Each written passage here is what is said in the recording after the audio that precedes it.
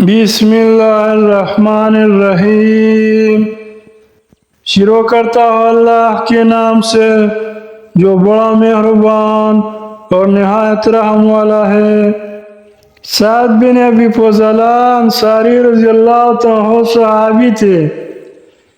کہتے ہیں کہ رسول اللہ صلی اللہ علیہ وسلم نے فرمایا، جب اللہ تعالیٰ قیامت کے دن اگلوں اور پچھلوں کو جمع کرے گا، اس دن جس میں کوئی شک نہیں، تو ایک پکارنے والا پکارے گا کہ جس نے کوئی کام اللہ تعالیٰ کے لیے کیا اور اس میں کسی کو شریک کیا تو وہ اپنا بدلہ شرکا سے طلب کرے، کیونکہ اللہ تعالیٰ تمام شریکوں کی شرکت سے بے نیاز ہے۔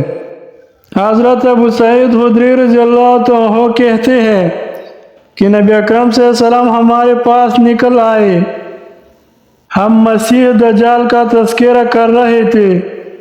آپ صلی اللہ علیہ وسلم نے فرمایا، کیا میں تم کو ایسی چیز کے بارے میں نہ بتا دوں جو میرے نزدیک مسیح دجال سے بھی زیادہ خطرناک ہے؟ ہم نے عرض کیا، کیوں نہیں؟ آپ صلی اللہ علیہ وسلم نے فرمایا، وہ پوشیدہ شرک ہے، جو یہ ہے کہ آدمی نماز پڑھنے کھڑا ہوتا ہے تو اپنی نماز کو صرف اس وجہ سے خوبصورتی سے ادا کرتا ہے کہ کوئی آدمی اسے دیکھ رہا ہے، یعنی آہستہ آہستہ ٹھہر ٹھہر کر پڑھے، اور جب کوئی شخص نہ ہو تو جلدی جلدی پڑھ لے۔ معاذ اللہ، ریا کتنی بری بلا ہے، اس کو شرک فرمایا۔ جیسے بخشا نہ جائے گا، ایسی ہی ریا کا عمل کبھی قبول نہ ہوگا۔